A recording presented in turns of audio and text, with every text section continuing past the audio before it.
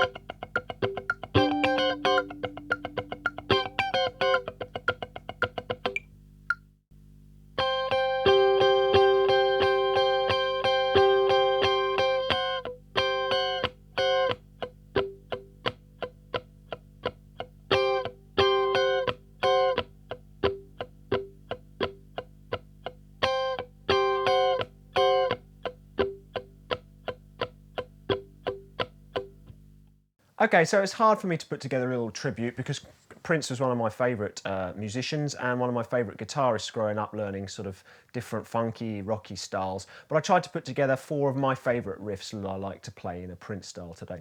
So the first one was the 3 main riffs from Kiss, the introduction, the chorus, which is later on, but I wanted you to see it in relationship to the introduction, and the kind of middle 8 or breakdown.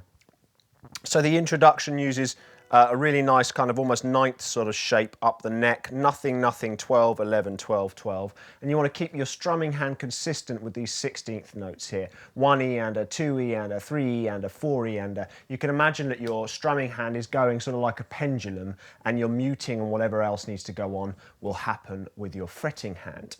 So intro, down, up, down, up, down, up, down, up, down. Yeah, quite simple, very, very catchy, very, very well known. Everybody knows that little theme. Nothing too complicated there.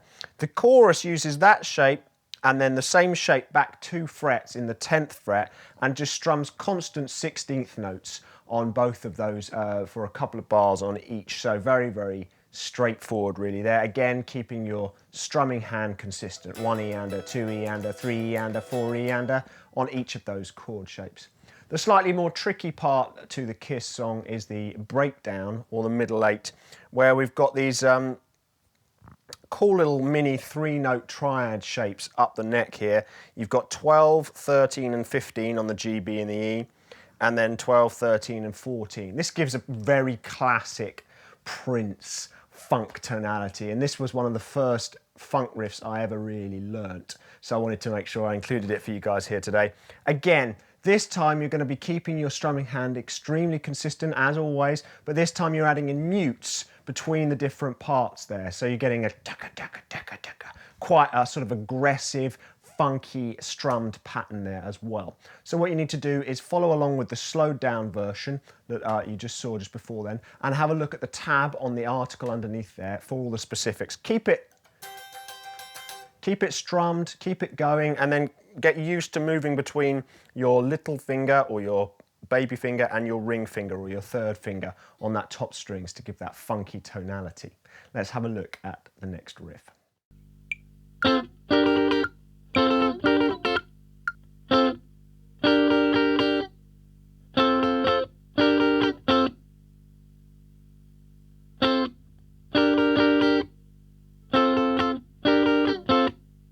It always amazes me what Prince was able to do with 2 chords. In this example, 1999, the main kind of hook or theme uses an F and a G minor triad shapes on the top 2 strings. So your F will be the D shape, 5, 6, 5, top 3, and your G minor will be a D minor shape, 7, 8, 6 on the top 2 strings. If you're not sure how those are formed, if you imagine your open D, we're moving that up a fret each time. You could have an invisible root note on, but with that we don't need the root note for this. D, D sharp or E flat, E, F, because there's no note between E and F.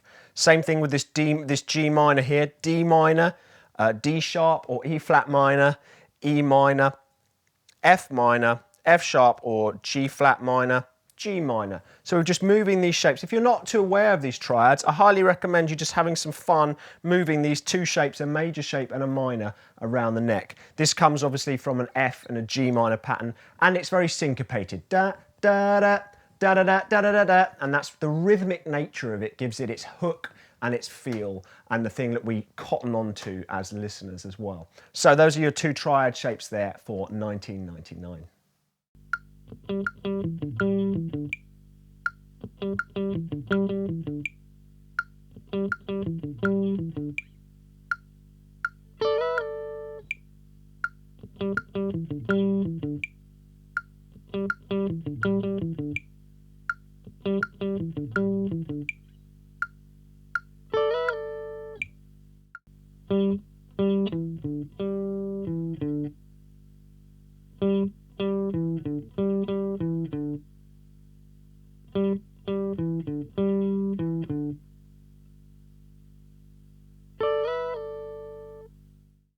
Okay, so the other thing that I loved, one of the other things that I love that Prince does, is the amount of space he creates for all the instruments that he uses.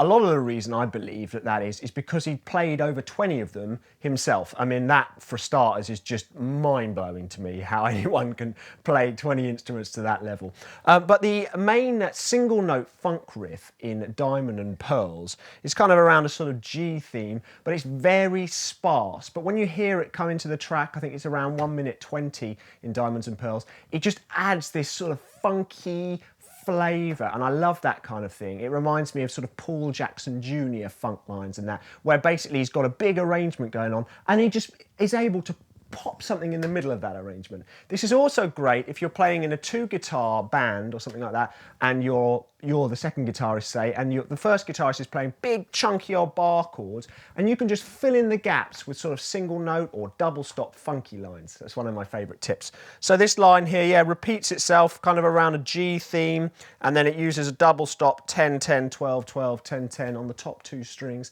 Nothing too complicated, but just really getting you used to maybe how you can create and arrange different funk guitar parts in your own arrangements too. Let's have a look at the final riff today.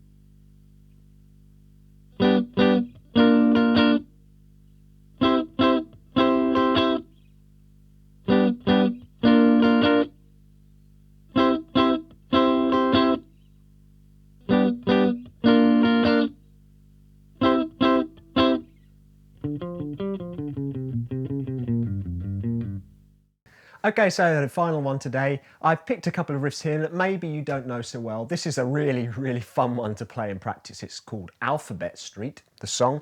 And it uses E-shape major sort of chord on the top four strings in different positions. So it starts off in G, and then up to C, and then it's got one in A, and then the next bit is G, B flat, C, using the same shape. So you can think about it as your E-shaped bar chord moving around, but just the top four strings. You can fret the whole chord, but if you do end up strumming the whole chord, then it sounds a bit bass heavy. So that's a little tip there. I tend to fret just the top four strings. And if you're struggling with your muting stuff, you can always apply a fret wrap around the strings as well there as well. Grove Gear do a brilliant one of those.